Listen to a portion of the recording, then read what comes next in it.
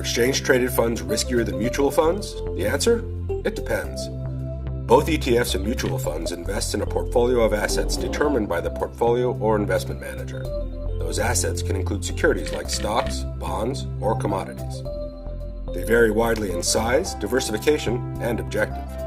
Some aim for long-term steady returns with broad market exposure, while some seek short-term volatile investments that offer high potential returns. One main difference is that ETFs trade on an exchange and are bought and sold like stocks based on the price investors are willing to pay at a particular time. Mutual funds can only be purchased for a price that is calculated once per day, at the end of the day, based on their net asset value. ETF investors who want to quickly place a trade can do so immediately if it's during trading hours. For mutual funds, investors have to wait until the NAV is calculated at the end of the day to see if the fund's price has changed.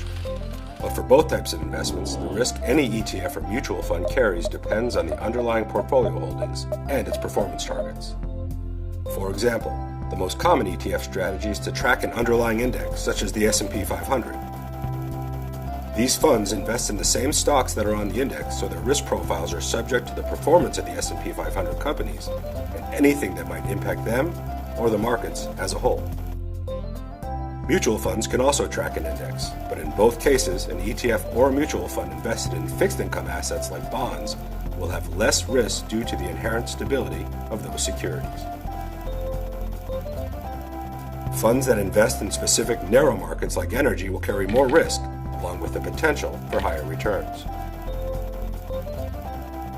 So, the short answer is no. ETFs are not automatically riskier than mutual funds. It depends on the type of fund, its portfolio holdings, and the broader market environment.